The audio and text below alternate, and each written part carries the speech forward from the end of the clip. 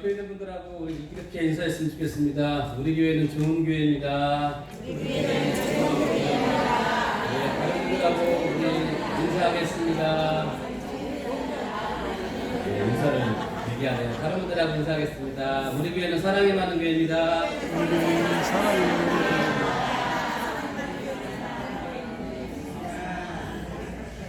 예, 우리 대흥침례교회 전부 이 교회뿐만 아니라 우리 대흥침례교회 전 교구죠, 전 지역 교회는 사랑이 많은 교회입니다, 여러분. 아멘. 또한 좋은 교회입니다. 아멘. 특별히 우리 중부 이 교회는 장로님도 좋은 분이고 집사님도 좋은 분이고 우리 목사님도 좋은 분입니다. 아멘. 네, 이런 믿음의 고백대로 이루어지기를 소망합니다. 아멘. 성경에 보니까요, 하나님께서 구하라고 말씀하셨어요.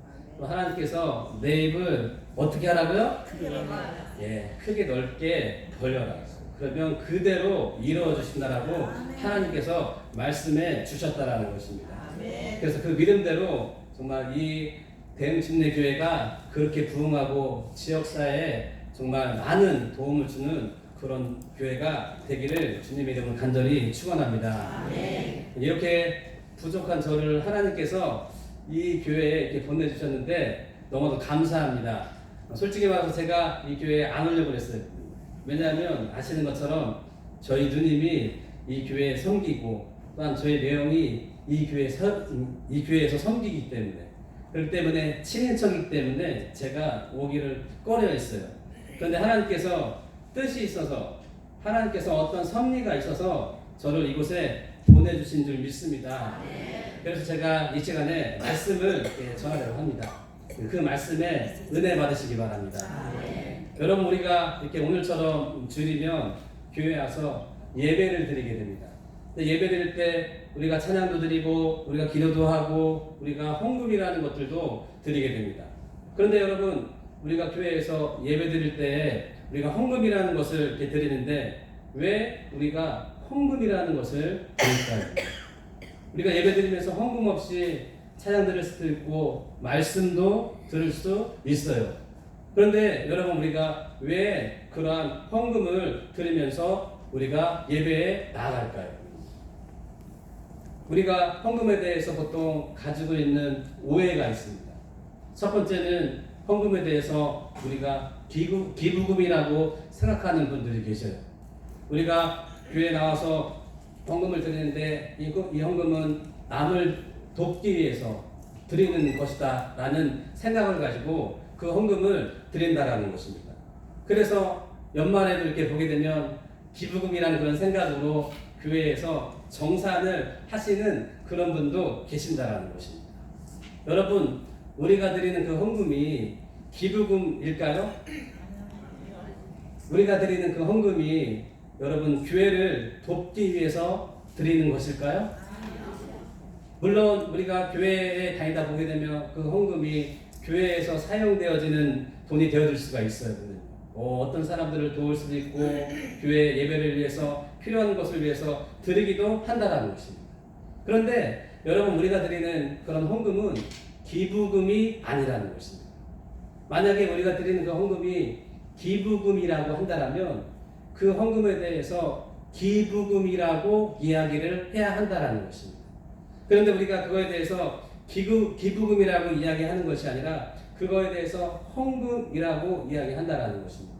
그것은 뭐냐면 이 헌금은 기부금 이상의 의미가 있다라고 할 수가 있다라는 것입니다. 또한 개중에 어떤 사람들은 헌금에 대해서 어떻게 생각을 하냐면 헌금은 복을 받는 마중물이라고 생각하시는 그런 분들도 계셔요. 이 마중물이라는 것이 연세 드신 분들이 다 계시기 때문에 아시지만은 옛날에는 수돗물이 없었어요. 그래서 펌프질을 하면서 그 물을 얻었어요. 그럴 때 펌프질을 할 때 그 물이 나오기 위해서는 꼭 필요한 것이 있어요. 그것은 뭐냐면 한 바구니에 마중물이 필요하다는 것입니다. 그런데 예수님 믿으면서 개중에 보면 어떻게 생각하냐면 이 헌금은 마중물이라고 생각을 해요. 이 헌금을 이렇게 드리면 하나님께서 나에게 복을 주시겠지라고 하는 그런 생각을 가지고 헌금을 드리는 분들이 있다라고 생각을 한다는 것입니다. 천국의 그 은행이 있어서 우리가 만약에 하나님 앞에 10만 원을 드리면 하나님께서 나에게 100만 원, 200만 원 그 이상의 그런 복을 주시겠지라는 그런 생각들을 하는 분들이 계시다라는 것입니다. 그런데 여러분, 헌금은 그것이 아니고, 물론 하나님 앞에 물질을 드리면 하나님께서 물질에 대한 축복도 주셔야 됩니다. 물질은 축복의 통로일 수도 있어요. 그런데 여러분, 그 물질은 하나님께서 우리에게 뭐 드렸다라고 해서 꼭 100%, 200%의 그런 복으로 주시는 것은 아니라고 할 수가 있다라는 거죠. 우리가 살면서 교회에서나 목사님한테 잘못 들었기 때문에 꼭 복을 주신다는 그런 잘못된 그런 생각 때문에 그렇다는 것입니다. 그렇다면 여러분, 왜 우리가 헌금을 드릴까요? 왜 우리가 하나님 앞에 이렇게 정성스럽게 그 헌금을 드리는 것일까요? 이 저녁 시간에 저는 그거에 대해서 잠시 생각을 하려고 해요. 오늘 본문은 어떤 말씀이냐면 예수님께서 성전에서 사람들한테 말씀을 증거하십니다. 말씀을 증거하신 다음에 예수님께서 가만히 헌금함 근처에 이렇게 계셔서 사람들이 헌금을 드리는 그런 모습들을 이렇게 보셔야 됩니다. 그런 다음에 그것을 보면서 제자들에게 말씀하시는 그런 장면입니다. 당시에 예수님이 살던 당시에는 이스라엘에 여러분 성전이 몇 개 있었을까요? 여러분, 예? 옛날에 예수님이 계셨을 때는 성전이 몇 개 있었을까요? 그래요. 와, 똑똑하다 진짜. 예. 어떤 분은 주춤거리는 분이 있었을 거예요. 지금처럼 지금 교회가 한 5만 개, 6만 개 있으니까 그때도 5만 개, 6만 개가 있을 것이지 라는 그런 생각을 할 거예요. 그런데 그 당시에는 여러분 예루살렘에 성전이 딱 이스라엘에 성전이 딱 하나 있었어요. 예루살렘이라는 거죠. 그래서 제주도에 사는 사람도 예루살렘에 오게 되고 저 북한에 있는 사람들도 오게 되고 목포에 있는 사람들도 꼭 예루살렘에 와서 하나님 앞에 제물을 드리고 와서 자기의 그 죄를 사함받고 갔다라는 것입니다. 매번 한 번씩. 그런데 그때 여러분 그 성전에 와서 사람들이 올 때에는 제사를 하는 것을 드렸습니다. 그 구약 시대에는 여러분 지금처럼 예배하는 거 없었어요. 제사가 곧 예배였어요. 그런데 그 제사 드릴 때는 사람들이 빈손으로 나오는 것이 아니라 하나님 앞에 예물을 가져서 제물을 가져왔다는 거죠. 그 제물이라는 것은 어떤 거냐면 내 마음대로 내가 뭐 개를 드리겠습니다. 내가 뭐 앵무새를 드리겠습니다. 그런 것이 아니라 하나님께서 정해주신 그런 제물들, 뭐 소나 염소나 비둘기 같은 것을 드렸어요. 그런데 그 제물들은 흠이 있는 것이 흠이 있으면 받지를 않았습니다. 뭐 다리가 부러졌든지 뭐 흠이 났든지 그런 것들은 드릴 수가 없었어요. 아마 엄청났을 거예요. 보면요. 왜냐하면 여러분 지금은 뭐 비행기도 있고 차도 있고 자가용도 있는데 예수님 당시에는 그 차가 어디 있어요. 예? 그러니까 자기가 살던 그런 곳에서 그것을 가져왔어. 가져오다가 보면 여러분 여러 가지 많은 것들이 있었을 거 아니에요. 그럼 부러지기도 하고 그러면 그것은 받칠 수가 없었어요. 그리고 또 장애인들도 그곳에 갈 수가 없는 그런 상황 속에 있었다는 것입니다. 그러면 그런 재물들을 이 제사장이 딱 받으면 어떻게 하냐면 제사장이 그 재물에다가 자기가 1년 동안 그 지은 죄들, 먼저 제사장의 죄들과 가져온 사람의 그런 죄를 거기다가 안수를 해서 정가를 했어요. 정가를 한다면 그거를 죽였어요.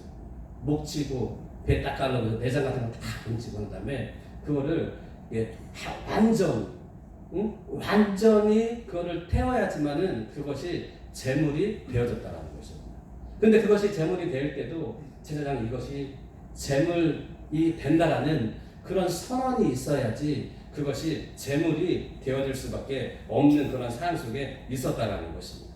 그런데 그런 것들이 여러분 있었는데 그때 이 예루살렘 그 성전 옆에 뭐가 있었냐면 헌금함이 있었어요. 근데 헌금함이 있었는데 이 예루살렘 이 성전도 마찬가지로 어떠한 그런 성전이었냐면 헤롯의 성전이었어요. 그러니까 헤롯은 이 성전을 만들었는데 어떻게 만들었냐면 헤롯이 그냥 새로운 것을 만든 것이 아니라 그 전에 포로기에서 돌아온 스룹바벨이라는 그런 사람이 이스라엘 백성과 함께 그 성전을 만들었어요. 그런데 이 헤롯이라는 사람은 어떤 사람이냐면 정확히 말하면 헤롯 안티파스라는 그런 사람이에요. 되게 간교했던 그런 사람이었어요. 그래서 예수님이 뭐라고 하냐면 저 사람은 여호와야 이렇게 얘기를 해요. 근데 그 사람이 건축의 강이어서 이것을 이렇게 만들었어요. 그런데 만들었는데 그 성전에 보게 되면 헌금이 몇 개가 있었냐면 헌금함이 이방 여인의 뜰이라는 그런 곳에 헌금함이 13개가 있었다는 것이에요. 13개가 있어서 9개의 성전은 성전의 그런 셋, 또한 재물 대신 드리는 그런 헌금들을 드리는 거였고 4개의 헌금함은 뭐냐면 가난한 사람들을 돕기에 드리는 그런 헌금이었어요. 그런데 그 헌금을 드릴 때 그 당시에 사람들이 어떻게 되냐면 그 당시에는 지금처럼 지폐가 있는 것이 아니라 동전이 있었어요. 네? 동전이 있었는데 어떻게 되어 있었냐면 그 동전은 다 쇠로 되어 있었고 지금 우리나라처럼 뭐 50원, 100원, 뭐 500원처럼 그런 동전으로 다 드렸어요. 그러다 보니까 여러분 어떤 일들이 있었냐면 헌금을 드릴 때 이 사람이 헌금을 어떻게 드리는지에 대해서 다 알 수가 있었어요. 예를 들어서 내가 돈이 많아, 부자야. 그러면 여러분 헌금은 어떻게 드릴까요? 동전을 많이 싹 가지고 와서 그 13개에 있는 그 헌금함을 싹 드려요. 여러분 헌금을 딱 드리면 거기서 무슨 소리가 날까요? 네? 와르르르 하면서 땡크 소리가 나는 거예요. 그러면 사람들이 저 부자는 헌금을 많이 냈다 그렇게 알고 있었어요. 그런데 여러분 돈이 없는 그 가난한 사람들은 어떻게 했을까요? 돈이 없으니까 몇 푼 낼 거 아니에요. 몇 푼 딱 하면 어떻게 낼까요? 소리가 쨍그랑 하면서 종지를 깨지는 그런 소리가 났다라는 거죠. 그리고 그 당시에 보면 헌금을 드릴 때는 다 사람들이 한 번에 드리는 것이 아니라 여러 번에 걸쳐서 드렸고 헌금이 얼마를 드렸는지 제사장이 다 공개할 수 있는 그런 상황 속에서 드렸다라는 것이에요. 그러다 보니까 여러분 누가 얼마나 드렸는지 다 알 수가 있는 그런 상황 속에 있었어요. 그런데 그런 상황에 지금 예수님이 딱 마주 앉아서 헌금을 어떻게 드리는지 얼마를 드리는지 다 보고 계셨다는 것이죠. 여러 사람들이 다 했겠죠. 그런데 그 가운데 여러분 한 가구가 다 보더니 헌금을 드린 거예요. 쨍그랑 하면서 종지급이 깨지는 그런 소리들을 다 드린 거예요. 그런데 놀랍게 주님께서 말씀하시길 뭐라고 말하냐면 그 제자들한테 그래 보면 이 가난한 가구가 헌금에 넣는 것이 모든 사람들보다 많이 넣었느니라 라고 얘기를 하셨다는 것입니다. 여러분 이 가구가 얼마의 헌금을 드렸을까요? 성경에 보니까 2렙. 이 2렙돈의 가치는 뭐냐면 노동자가 하루 열심히 일하잖아요. 열심히 일하는 그 품삯의 128분의 1. 쉽게 얘기하면 우리가 헌금을 이렇게 10만 원 내잖아요. 이 10만 원의 기준을 딱 말하면 얼마냐면 781원. 한 800원 정도 되는 돈이죠. 그런데 예수님께서 이 800원 드린 그 사람을 향해서 다른 사람들보다 많이 드렸다라고 예수님께서 말씀을 하고 있다라는 것입니다. 여러분 제가 서두에 헌금에 대한 그런 오해의 얘기를 했잖아요. 그거를 한번 생각해 보면서 지금 이 장면을 한번 여러분 겹쳐보세요. 만약에 여러분 헌금이 기부금이라고 생각한다면 여러분 2렙돈 얼마나 한 그런 가치가 있나요, 여러분? 2렙돈 800원이면 우리 꼬마 아이들 그 아이스크림 과자 사는 거예요, 보면요. 아니 휴지 있는데 휴지 한 톨 조그마한 거? 아니면 우리 교회에서 커피숍에서 우리 봉사하면서 쓰는 뭐죠? 그 세제 같은 거 800원 되나요? 아마 더 비쌀 거거든요. 그런 가치라거든요. 네? 그게 여러분 얼마나 가치가 있을까? 가치가 없다라고 할 수가 있다라는 거죠.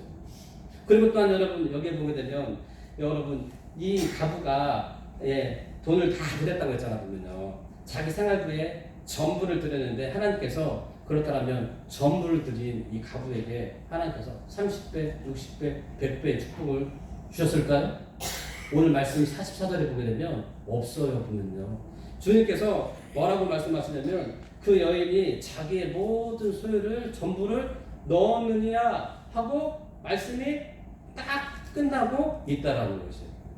여러분 그렇다면 도대체 여러분 이 헌금이라는 것이 여러분 무엇일까요? 어떤 의미가 있을까요? 제가 아까도 말한 것처럼 여러분 구약 시대에는 그런 제물을 드렸어요. 근데 그 제물이 여러분 신약 시대에 오게 되면 여러분 그 제물이 누구를 상징할까요? 예수님을 상징하고 있다라는 것이에요. 우리가 예수님을 믿음으로 인해서 제가 사함을 받았잖아요. 여러분 갈라디아 2장 20절에 보게 되면 뭐라고 나오냐면 그렇게 말하고 있습니다. 내가 그리스도와 함께 십자가에 못 박혀 죽었나니 그런즉 이제는 내가 사는 것이 아니요 오직 내 안에 그리스도께서 사시는 것이라. 이제 내가 육체 가운데 사는 것은 나를 사랑하사 나를 위하여 자기 자신을 버리신 하나님의 아들을 믿는 믿음 안에서 사는 것이다 라고 말하고 있어요. 우리가 여러분 예수님을 믿음으로 인해서 우리가 어떤 사람이 되어졌냐면 이제 여러분 우리는 죽었어요.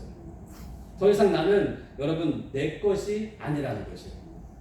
우리 옆에 있는 분들하고 우리 이야기합시다. 집사님, 이제 집사님은 집사님 것이 아닙니다.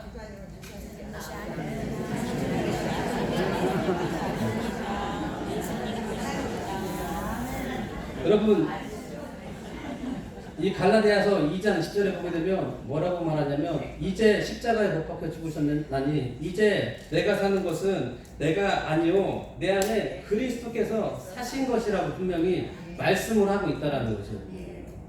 그렇기 때문에 여러분 내가 살면서 내 안에 누가 사냐면 예수 그리스도께서 사시는 거예요. 여러분 내가 죽은 것이라는 것이에요. 그렇기 때문에 나의 다스림은 뭐냐면 주님께서 나를 다스린다라는 것이에요. 근데 여러분 우리는 착각하고 있어요. 어떻게 우리가 십자가에 못 박혀 죽었는데 아직까지 살고 있어요. 네? 그것은 여러분 어떻게 보게 되면 잘못 하나님을 믿고 있다라는 것이에요. 내가 이미 죽었어요. 예수님께서 십자가에 못 박혀 죽으셨잖아 그러면 내가 믿잖아 그러면 내가 새로운 구원자가 되었잖아요. 구원받은 새 사람이 되었잖아 그러면 사실 새 사람이 된 것도 뭐냐면 내 영이 받은 거예요. 우리 사람이 여러분 뭘로 되어 있냐면 영과 혼과 육으로 되어 있어요. 그래서 여러분 영이 혼을 지배하고 혼이 육을 지배할 수밖에 없어요. 그래서 우리가 최고로 우리가 가야 할 것은 어디냐면 영적인 사람이 되어져야 돼요. 영적인 사람이 되어지는 것은 다르게 말하면 성전으로 말하면 여러분 뭐냐면 지성소로 향해야 된다는 것입니다. 지성소에 성전에 보게 되면 뜰이 있고 성소가 있고 지성소가 있어요. 그런데 뜰에까지는 여러분 일반 사람들이 가요. 자기 재물을 가져와서 거기서 자기 죄를 전가를 한 다음에 죽여요. 그러면 제사장이 그 피를 가지고 어디 가냐면 성소와 지성소로 가요.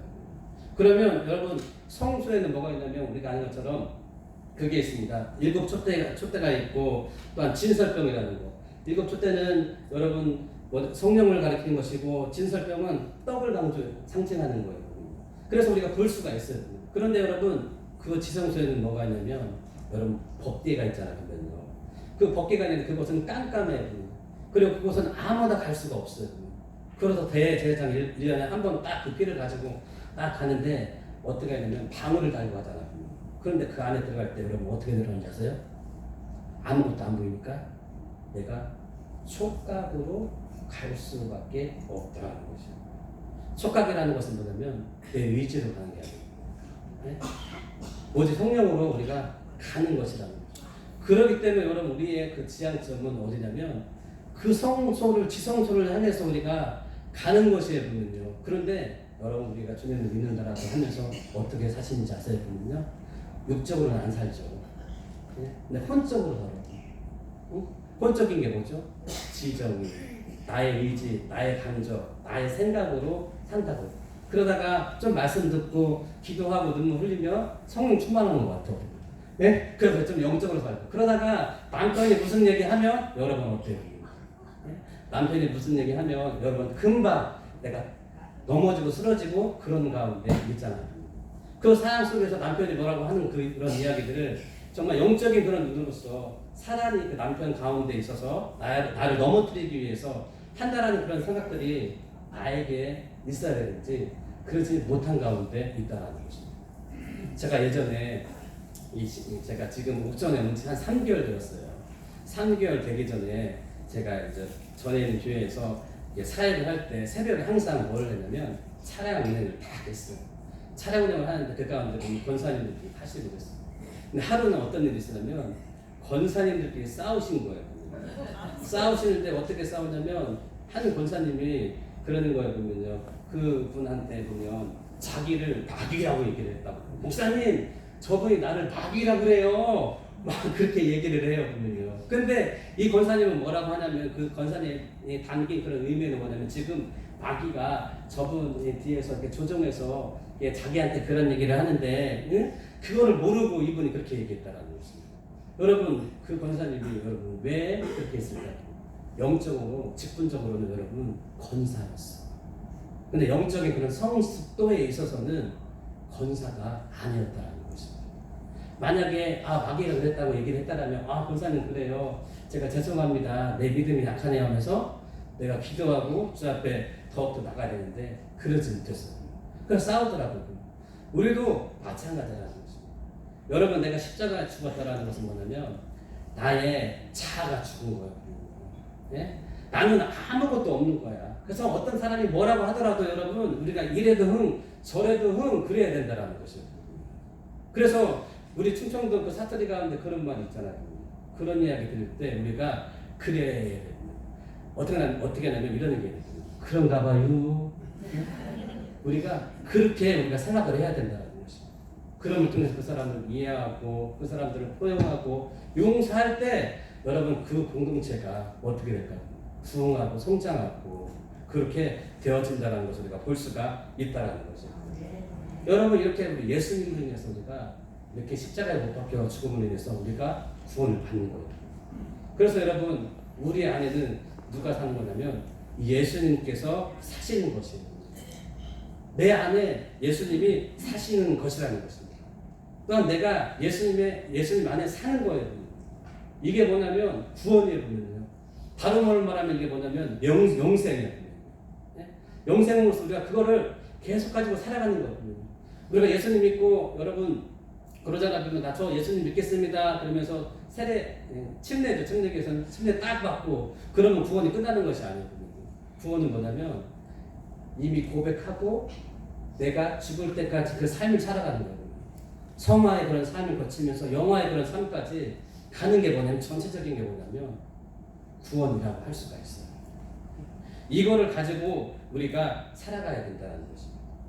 그렇다면 여러분, 이 구원이라는 것이 헌금과 무슨 관련이 있을까요? 성경에 보니까 이 헌금에 대해서 뭐라고 이야기하냐면 빌립보서에 그렇게 말하고 있습니다. 향기로운 제물이다. 이 향기로운 제물이 누가 얘기냐면 사도 바울이 얘기를 해요. 사도 바울이 복음을 전하다가 감옥에 두 번 같이 있게 되는데 처음 갇혔을 때 어떤 일들이 있었냐면 사도 바울이 복음을 전할 때 늘 사도 바울을 도와줬던 교회가 있어요. 빌립보 교회라는 그 교회가 있었는데 그 교회가 사도 바울이 감옥에 갇혔을 때도 어떻게 하냐면 도와줘요. 에바브로 기도라는 그런 사람을 통해서 헌금을 줘요. 물질을 준다고, 물질. 그러니까 쉽게 말해서 이 물질이 오늘날 말하면 선교 헌금이고 구제 헌금이었어요. 근데 그걸 맡겨서 사도 바울이 뭐냐면 이 헌금은 향기로운 제물이라고 이야기를 하고 있어요. 그런데 또 다른 말씀 에베소에 보게 되면 이 향기로운 제물이 뭐냐면 예수님이에요. 에베소서 5장 2절에 보게 되니까 그는 우리를 위하여 자신을 버리사 향기로운 제물과 희생 제물로 하나님께 드리셨느니라 라고 말씀을 하고 있다는 것입니다. 즉, 이 초대교회 때 드려진 이 헌금은 뭐냐면 하나님이 기뻐하시는 향기로운 제물이라는 것입니다. 그런데 하나님께서 받으시는 그 향기로운 제물이 또 뭐가 되냐면 예수님밖에 없다라는 것이거든요. 그래서 우리가 뭐냐면 이 향기로운 그 제물을 드리는 것은 뭐냐면 예수님을 드리는 것이거든요. 다르게 말하면 뭐냐면 여러분 우리가 예수 안에 있잖아 보면요. 예수 안에 있는 나를 하나님 앞에 드리는 것이 뭐냐면 이 헌금이라고 할 수가 있다라는 것입니다. 여러분, 우리가 예수님 믿음으로 우리 안에는 내가 있는 것이 아니잖아 보면요. 예수님이 있어요 보면요. 예수님이 있기 때문에 우리는 여러분 다른 말로 뭐라면 걸어다니는 성전이에요 보면요. 어떻게 보게 되면 여러분 우리가 기도원하고 똑같은 거예요 보면요. 기도원 어디 뭐 산속에 가서 기도하는 것이 아니라 예수님이 계시기 때문에 우리가 기도 원장이고, 그런데 우리는 자꾸만 아니라고 그래요 보면요. 근데 그런 생명을 여러분 하나님 앞에 드리는 것이 뭐냐면 이 헌금이라고 할 수가 있다라는 것입니다. 다른 말은 뭐냐면 우리의 그 생명이 예수님이라고 고백하는 것이 헌금이라고 할 수가 있어요. 그런데 이것을 누가 알았을까? 이거를 오늘 말씀에 나와 있는 이 가난한 가부가 알았다라는 것이에요. 하나님이, 예수님이 나의 생명이라는 것을 알았어요. 그러다 보니까 어떻게 했을까요? 자기의 전부를 드릴 수밖에 없었어요. 이렇게 보면 이 가부는 그 헌금이라는 그런 의미를 바로 알았다는 것입니다. 따라서 여러분 우리가 살아감에 있어서 중요한 것이 있어요. 뭐냐면 이 가부처럼 우리가 바로 알고 믿어야 된다는 것입니다. 내가 10년, 20년, 30년, 40년 여러분 믿으면서 내가 바로 알아야 돼요.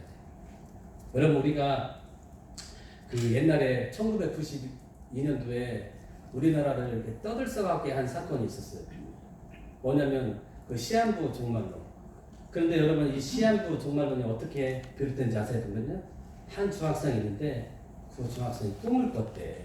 근데 꿈을 꿨는데 그걸 믿고 사람들이 어떻게 되는 거예요? 아, 예수님이 휴가한대. 그러면서 어떻게 방송국에서 온 텔레비에 나왔잖아. 뭐 휴가한다고 하면 그 사람들은 어떻게 될 건가 보면 해소됐잖아. 그런데 여러분 그때 휴가 됐나요? 휴가 안 됐어요. 보면요.